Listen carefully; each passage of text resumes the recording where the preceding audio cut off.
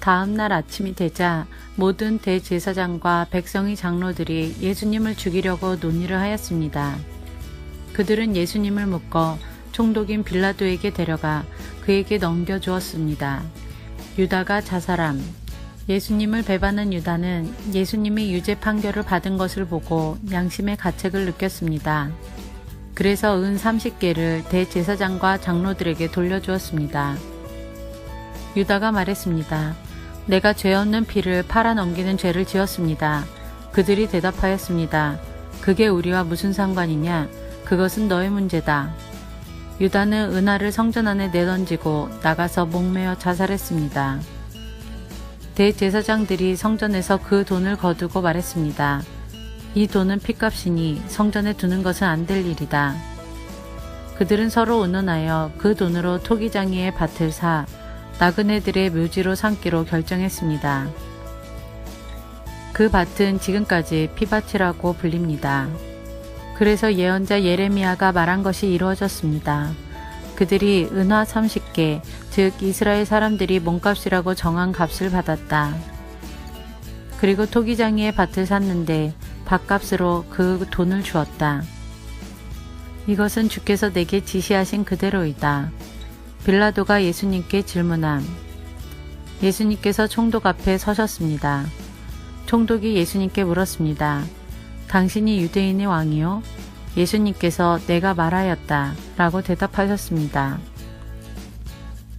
대제사장과 장로들이 예수님을 고발하였지만 예수님께서는 아무 대답도 하지 않으셨습니다.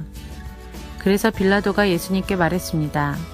이 사람들이 너를 여러 가지로 고발하는 것이 들리지 않느냐? 그러나 예수님께서는 빌라도에게 단 한마디도 대답하지 않으셨습니다. 빌라도는 이것을 보고 이상하게 생각했습니다. 바라바와 예수님. 명절이 되면 백성들이 원하는 죄수 한 명을 총독이 사면해주는 관례가 있었습니다. 당시 감옥에는 바라바라고 하는 아주 악명 높은 죄수가 한 명 있었습니다.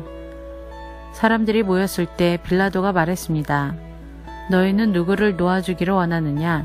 바라바냐 아니면 그리스도라고 하는 예수냐?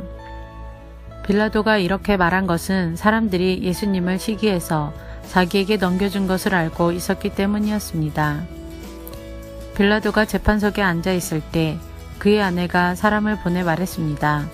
저 죄 없는 사람에게 아무 일도 하지 마세요. 어젯밤 꿈속에서 제가 이 사람 때문에 몹시 고통을 받았습니다.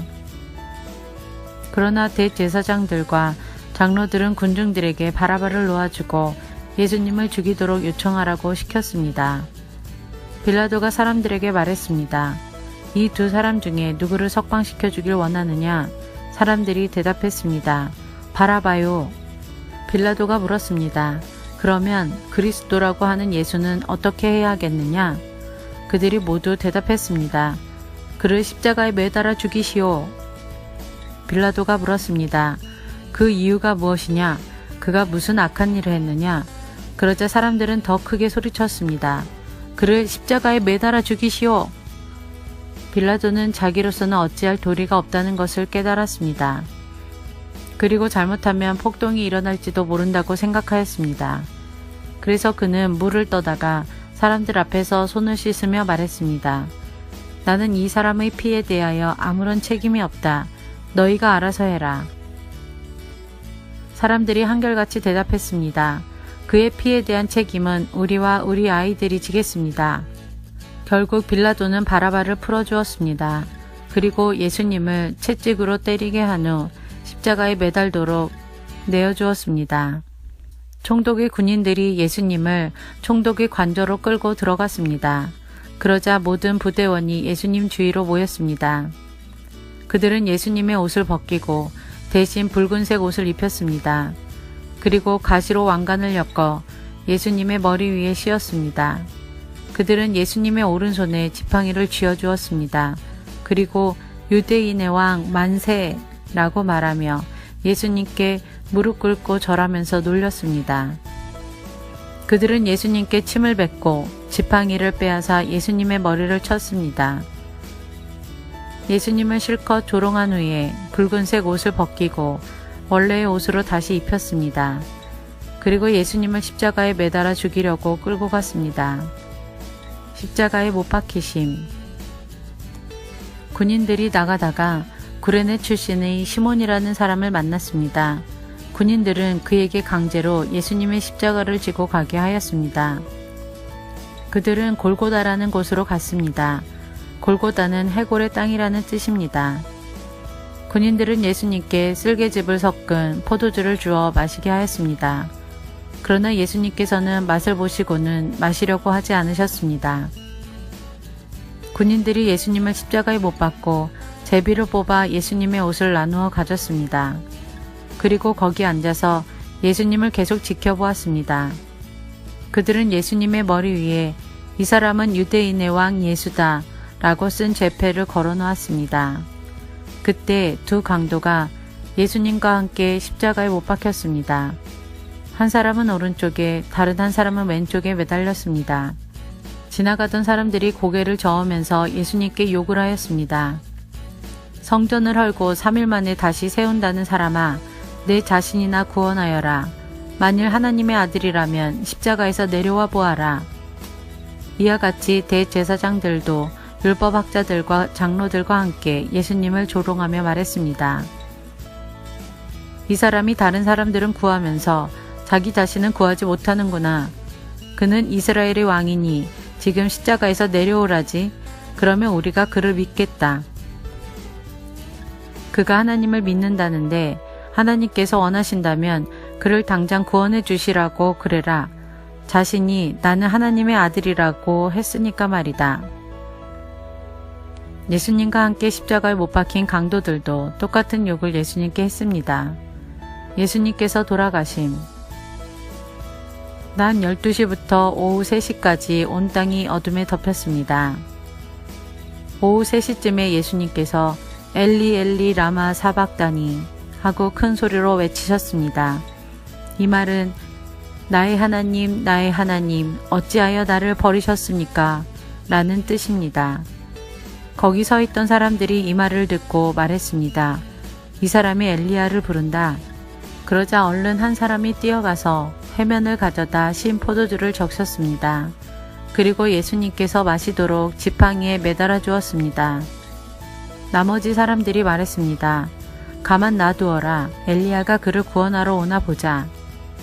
다시 예수님께서 큰 소리로 외치셨습니다. 그리고 숨을 거두셨습니다. 그때 성전 휘장이 위에서부터 아래까지 두 조각으로 갈라졌습니다. 땅이 흔들리고 바위들이 쪼개졌으며 무덤이 열리고 잠자던 많은 성도들의 몸이 다시 살아났습니다. 예수님께서 부활하신 후 그들은 무덤에서 나와 거룩한 성으로 들어가서 많은 사람들에게 나타나 보였습니다. 예수님을 지키던 백부장과 병사들이 지진과 일어난 모든 일들을 보고 매우 놀라면서 말했습니다. 이 사람은 정말로 하나님의 아들이었다. 많은 여자들이 멀리 떨어진 곳에서 이를 지켜보고 있었습니다. 이들은 갈릴리에서부터 예수님을 섬기려고 따라온 사람들이었습니다. 그 중에는 막달라 마리아와 야고보와 요셉의 어머니 마리아, 그리고 세베대의 아들들의 어머니가 있었습니다. 예수님께서 무덤에 묻히심. 그날 저녁에 요셉이라는 아리마대 출신의 한 부자가 왔습니다. 그도 역시 예수님의 제자였습니다. 요셉은 빌라도에게 가서 예수님의 시신을 달라고 요청했습니다. 그러자 빌라도는 요셉에게 넘겨주라고 군인들에게 명령하였습니다. 요셉은 그 시체를 가져다가 깨끗한 천으로 둘렀습니다. 그리고 바위를 뚫어 만든 자신의 새 무덤에 예수님의 시신을 모셨습니다. 그는 큰 돌을 굴려 무덤의 입구를 막고 돌아갔습니다. 막달라 마리아와 다른 마리아가 무덤 맞은편에 앉아 있었습니다. 예수님의 무덤을 지킴. 이튿날 곧 준비일이 지난 후에 대제사장들과 바리새파 사람들이 빌라도에게 왔습니다. 그들은 말했습니다. 각하, 그 거짓말쟁이가 살아있을 때 내가 3일 뒤에 살아날 것이다 라고 한 말이 기억납니다. 그러니 명령을 내리셔서 3일째 되는 날까지 그 무덤을 꼭 지키게 하십시오. 그의 제자들이 와서 시체를 훔쳐간 후 사람들에게 그가 다시 살아났다고 할 수도 있습니다. 그러면 이번 속임수는 처음 것보다 더 나쁜 결과를 가져올 것입니다. 빌라도가 말했습니다. 경비병들을 데리고 가서 당신들이 할 수 있는 대로 무덤을 지키시오. 그렇게 해서 그들은 무덤에 가서 돌을 봉인하고 경비병들을 시켜 입구를 지키게 하였습니다.